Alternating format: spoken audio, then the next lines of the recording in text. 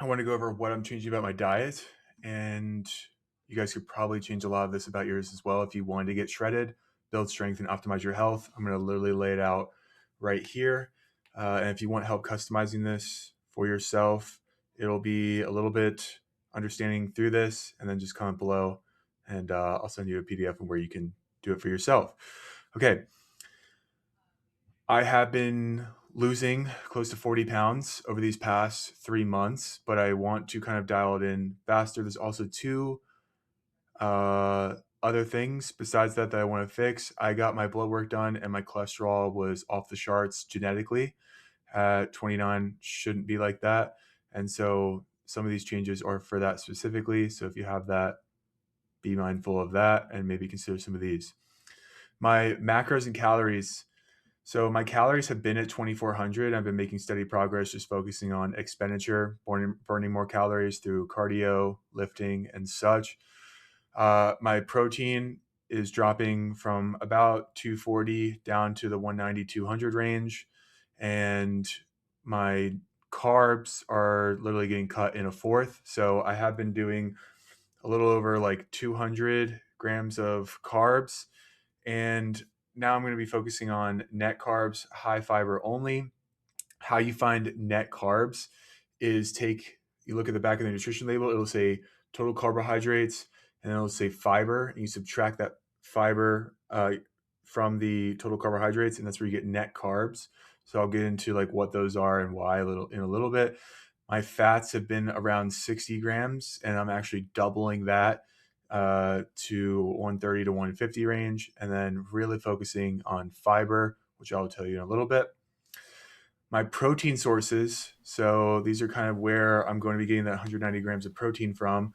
I have chicken breast, ground turkey, chicken thighs, salmon, which is going to be a new add-in, and then whitefish like cod is going to be the most thing.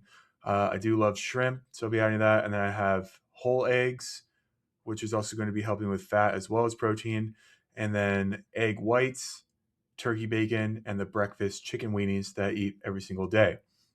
For carbs, it's going to be fiber rich sources only. And so I'm not having like rice and bagels anymore. It's going to be primarily stuff with a lot of fiber, like black beans, lentils, spinach, and then like greens, right? So cauliflower, zucchini, asparagus, bell peppers, blueberries, strawberries, raspberries. And from fats, since I am going to be literally doubling my fat intake, it's going to be mostly from avocados and olive oil and eggs. And then I put almond butter on here, but like honestly, for me, having peanut butter or almond butter in the house is just like a big no no. I just will find myself like a bear in a campground going down there and just taking a swipe every time I see it and I'm hungry. So a lot of it is going to be coming from cooking everything in olive oil, eating avocados, and then if I need to hit those numbers late at night or my last meal, I'll just snack on some nuts, weighed out.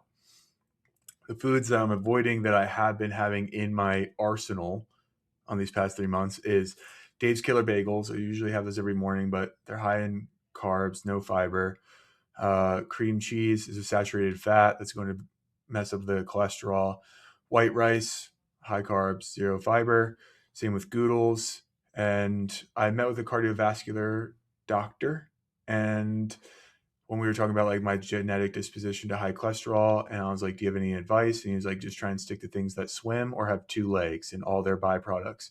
Stay away from things with four legs like cows, sheep, pigs, and the stuff that come from them, bacon, whatever, lamb chops, and then like cheese and dairy products like milk. And other things that are under the cholesterol is like sour cream, not having any of like the orange chicken and stuff that I get from Whole Foods. No oatmeal. I don't really drink regular soda or fruit juice anyways, but I put this in here in case you guys do and are wanting to try this diet. And diets in general, you should really be cutting out all three of these anyways. These, bull crap. These, bull crap. These, bull crap. There's sugar-free versions of these. Eating out guide. Thankfully, I only eat at a few places on a consistent basis. I'm not talking like a weekend family brigade at the Longhorn Steakhouse, but I'm talking about if I'm eating out and not cooking at home. I have Chipotle, Panda Express, Whole Foods, and my little sweet treat. So Chipotle, I'm basically dropping the rice, sour cream, and I just put these in here. I don't get cheese or I don't get tortillas. Sometimes chips. Cutting those out as well. So it's basically double chicken, black beans, fajita, pico de gallo, corn. I'm gonna add in some, and then guacamole, Pan Express. It's kind of what I already do. Chicken teriyaki, no sauce. Just instead of rice, I'm getting double super greens. And then Whole Foods, I would usually get that orange chicken, maybe an egg roll. It'll be rotisserie chicken, salad bar. Really at Whole Foods, it'll be like chicken thighs, white fish if they have it, and then like a salad. And then frozen yogurt, I was like, what can I have as a little sweet treat every week? I usually get frozen yogurt every so often, maybe twice a month with the candy toppings, of course, and froyo. And I do this thing where I put the froyo in as a layer. Then I layer on the candy toppings, then froyo, then candy toppings. This time it'll just be froyo. So sad, but we're on a mission. Supplements. So you already know what I take in the morning drink. We got creatine, apple cider vinegar, Baja Gold sea salt. I'm starting to add in this psyllium husk, that brown powder that you'll see in the water. It helps with cholesterol, and I'll go over more about what I'm doing for fiber and why it's so important. But I take fish oil, magnesium glycinate. Selenium is just if you have a thyroid issue. I have hypothyroidism, so my thyroid doesn't make enough thyroid hormone, and it has a problem converting it from the stored T4 to the T3 that actually is dispersed throughout all the cells. And so I take that. If you have a thyroid issue, maybe look into selenium. Vitamin D3, super important. A lot of people that died during COVID had low vitamin D levels. We don't get a lot of sunlight anyways because we're indoors so much. So taking vitamin D is great for the immune system. I literally almost never get sick. And I have a lot of things that go into it, but I think vitamin D is a huge part. Black coffee, easy. I already do that. Rip the black liquid gold. And Olipop Gatorade Zero, so I don't lose my mind. I'm just drinking water. Sugar-free liquid IV. You know I hit that every time after a workout. And then this is what I take for my thyroid. Sample day of eating, if you guys wanted to like screenshot this, just so you know how I'm kind of breaking my meals, but you'll also see it in the video.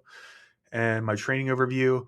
So like I said in a previous video, I make a box, okay? I make a box of where I don't drop below the floor and I leave the ceiling open for negotiations. But I won't drop below 3 days of lifting per week, but I'm going to aim for 4 to 5. And I do an upper lower split, 45 to 60 minutes. And I focus on going heavy progressive overload on the weights so that I'm not losing muscle mass and not losing strength. And like I said before, the protein anabolic window, you know, iffy on the research, but I still try and hit 40, 50 grams of protein after lifting, creatine daily, 5 to 10 grams. And then treadmill, I won't drop below 4 days of walking. And I try and hit 45 to 60 minutes, but I will not drop below 30 minutes. And I will not drop below 3 incline. And I will not drop below 3 speed. This is great for recovery because I'm still burning fat, but I'm not spiking cortisol or stress in the body and mind, which affects nervous system recovery. And I just don't do it right before lifting. I make sure it's spaced out at least a few hours before lifting or post lift. And so, yeah, I kind of spat this into a calculator and this is what it was kicking out. But this looks all good. And yeah, the game plan is just, I have these down, these 3 pretty much down, just changing some stuff right here, adding in psyllium husk here, still training hard and lifting and doing cardio.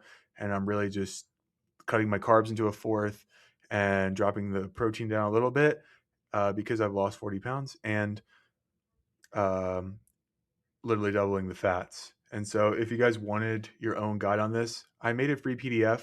Obviously, the 72-hour body reset is great. It's in the description below. Free, name, email, bam, download, sent to you.